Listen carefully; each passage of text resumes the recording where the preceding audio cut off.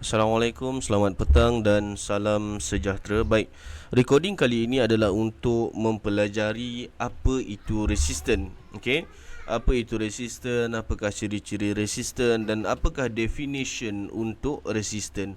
Okey, first thing first, sama macam support, apa yang kita perlu tahu ialah kriteria sebuah resisten. Resistance consists of two candles. The first one must be bull and the second one must be bear. Okay, simple as that. Plain. Bull, bear.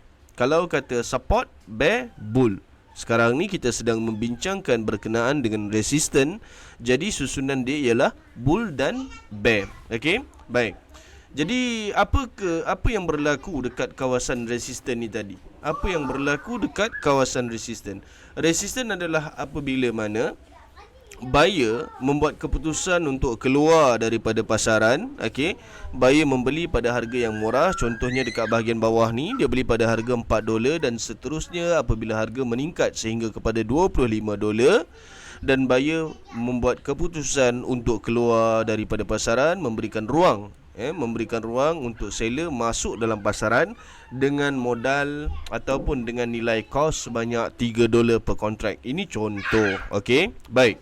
Jadi sekarang ni apa yang kita akan bincangkan seterusnya ialah berkenaan dengan pattern. Yang ni kira macam standard pattern lah.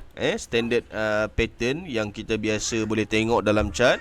Dia punya candle semuanya align, daripada segi harga high, daripada segi harga low, open dan close. Baik.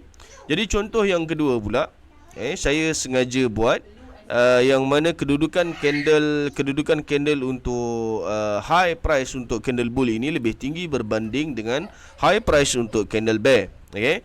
Tapi sekarang ni dia punya open dan close price ni masih lagi sama. Okey.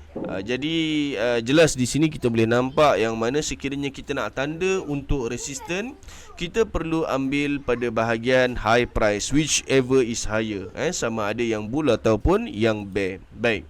Seterusnya untuk contoh yang ketiga. Okey, untuk contoh yang ketiga, macam yang saya sebutkan tadi, whichever is higher. So ambil yang bear lah. Dalam keadaan ni kita ambil yang bear lah. Okey. So untuk contoh yang keempat, okey, baik. Untuk contoh yang keempat ni ada sedikit perbezaan yang saya buat, di mana saya sengaja merendahkan kedudukan open price bagi candle bear. Okey. Jadi dekat sini kita boleh simpulkan yang mana dua peranan yang penting, dua harga yang penting untuk kita marking, untuk kita marking zone resistance ialah whichever is higher, highest price, dan juga open bagi candle bear. Itu yang sebenarnya, itu yang mustahak. Okey, ni yang mustahak ni yang saya boldkan ni. Okey, dua ni. Okey. Dalam keadaan ni yang mustahak, sebenarnya kita sedang melihat kepada open price bagi candle bear. Okey. So lepas ni take note, kalau kata nak marking, ambil open bear dan highest price. Okey. Kalau kata support sebelum ni yang kita belajar, kita akan ambil open bull dan lowest price. Kalau kata bear, open bear dan kalau support kita akan ambil open bear dan juga highest price. Itu sahaja. Okey.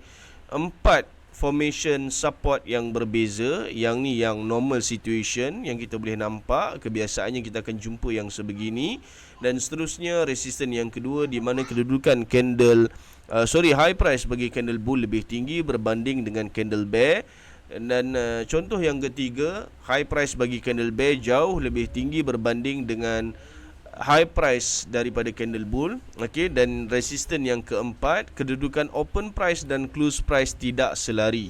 Dan ternyata di sini yang mana kita perlu ambil apabila kita nak buat marking, apa yang kita kena tengok ialah open price bagi candle bear dan the highest price among those two high price. Okey, baik. Itu sahaja daripada saya untuk setakat ini. Seterusnya kita akan membincangkan berkenaan dengan resisten daripada time frame yang sama. Okey, yang tu kita akan buat on chart macam biasa, insya-Allah. Baik, sekian sahaja daripada saya. Semoga bermanfaat. Selamat belajar. Teruskan menonton, rajin-rajinkan belajar. Assalamualaikum dan salam sejahtera.